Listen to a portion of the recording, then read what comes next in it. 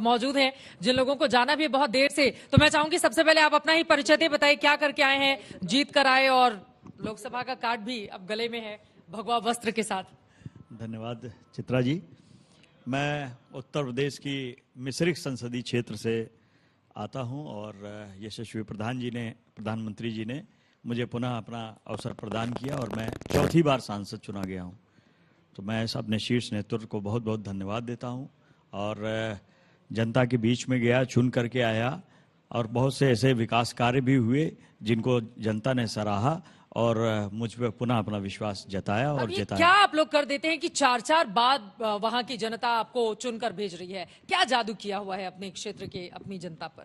जनता विश्वास करती है, हम उनको जो वादे करते हैं, अगर वादों पे हम खरे उतरते हैं, उनके बीच में रहते हैं, तो जनता जरूर विश्वास करती है। जैसे मेरा जो गृह विधानसभा है उसकी, मैं वहीं इसी क्षेत्र का रहने वाला हूं। मैं एक गांव से आता हूं, शाहपुर रटिया हमारा गांव पड़ता है, संडीला तहसील पड़ती है। तो वहां से संडीला में जो मुद्दे थे, जैसे वहां पे इंडस्ट्रियल मैंने डेवलपमेंट कराया, लोगों में उसकी सराहना आई।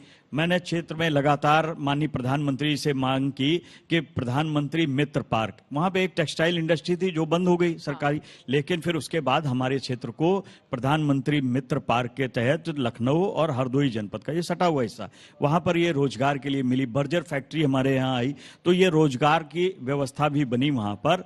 तो संडीला जो कि वहां पे बड़ी स्थिति है, संडीला का लड्डू बहुत फेमस है, आपने कई पिक्चरों में भी नाम सुना होगा। तो दोनों हाथों में ही लड्डू है, बार बार जीत के जनता आपको भेज रही है संसद। नहीं, ये जनता का स्नेह प्यार है, मिलता रहता है और लगातार चौथी बार मुझे आशीर्वाद दिया है तो जनता का प्यार ही मिला है। और मैं अभी 48 साल का हूं, मैं तो काफी पहले आ गया था और 4th टेन्योर होना मेरा तो सौभाग्य है और मैं उनके बीच में रहता हूं। बहुत से ऐसे विकास, जैसे बिल्हौर क्षेत्र मेरा पड़ता है जो कानपुर से छटा हुआ है, कानपुर का क्षेत्र जीटी रोड बहुत दिनों से जो शेरशाह सूरी द्वारा बनवाई गई थी ऐतिहासिक रोड, वो वैसे ही पड़ी हुई थी। माननीय प्रधानमंत्री जी से हमने रिक्वेस्ट करी और वो बनी और बन के तैयार हो गई वहां पर।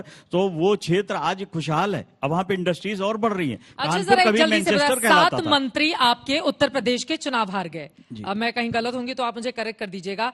ऐसे में जो कई बार चुने हुए सांसद हैं उनके ऊपर आलाकमान की नजर है कि भैया किसको मंत्री बनाया जाए, जातिगत समीकरण कैसे साधे जाए। 4 बार से आप जीते हैं बड़ी बड़ी मार्जिन से, तो क्या उम्मीद कर रहे हैं आलाकमान से? ये तो देखिए शीर्ष नेतृत्व का अपना आकलन आपके है। दिल में कौन सा लड्डू फूट रहा है, इसको लेकर है मन में मेरा विचार? तो देखिए जनता के बीच में रहना ही यही मेरा काम, मैं तो रुकता भी नहीं, फ्राइडे में वापस चला जाता हूँ। तो जनता ने ही चुना है और जनता के द्वारा जनता के लिए, तो इसीलिए जनता के बीच में रहना मैं पसंद भी करता हूं और रहूंगा भी, क्योंकि उन्होंने ही मुझे बार बार चुनना है। अभी जो आपने लगातार अभी पूछ रहे थे, तो मैंने तो अपना प्लान बना लिया है कि मुझे 5 साल क्या करना है। जब मैंने इससे पहले भी सांसद था, मैं इस लास्ट टेन्योर में, तो संडीला के लोगों ने एक डिमांड करी कि सांसद जी पुल नहीं बना है रेलवे का, लेवल क्रॉसिंग 249। मैंने कहा मैं बनवाऊंगा, अगर नहीं बनवा पाया तो आपके बीच में चेहरा दिखाने नहीं आऊंगा। मैंने वो सैंक्शन कराया, काम चालू हो गया, जनता ने असीम स्नेह प्यार दिया और जो सर्वे रिपोर्ट आई उसमें 50% लोगों ने मुझे पसंद किया। क्यों? क्योंकि मैंने उनके काम किया, खरा उतरा, इसलिए। तो जनता यही चाहती है, तो इसलिए मैं 25,000 से एक विधानसभा, मैं 4 विधानसभा जीता, एक थोड़ी मार्जिन से कम हुई। जितना मुझे पिछली बार मिला था 5,34,000, मैं 4,75,000 पाया।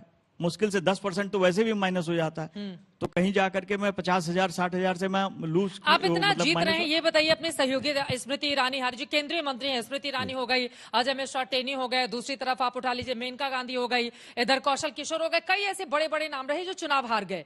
तो वहां पर ऐसी क्या स्थिति रही? देखिए आरक्षण का मुद्दा जिसको विपक्ष की ओर से उठाया गया, बीजेपी में माना जा रहा है कि बड़ी हार की वजह बना, आप लोग समझा नहीं पाए लोगों को। लेकिन अगर आप 4 बार से वहां पर जीत कर आ रहे हैं तो यानी कि आपके इलाके में असर नहीं पड़ा। किस तरह से आपने जनता को समझाया और अपने दूसरे सांसदों को क्यों नहीं समझाया आपने? देखिए ये प्रॉपर प्लानिंग होती है, आप लड़ते हैं तो कोई रणनीति बनाते हैं, आप कैसे उस पर करेंगे। आप भी कोई कार्यक्रम करते हैं तो पूरा उसका रोड मैप बनाते हैं, तो हमें अगर लड़ना है तो हमें एक पूरा खाका खींचना पड़ेगा। तो काफी पहले हम लोग तैयारी शुरू करते हैं, धीरे धीरे वर्कआउट करते चले जाते हैं। तो शायद मैंने तो अपना काम किया पूरी तरीके से और जनता ने विश्वास भी किया। और जो लोग हारे हुए इन्हीं को पकड़ेंगे और उसके बाद ये देखना दिलचस्प रहेगा कि फिर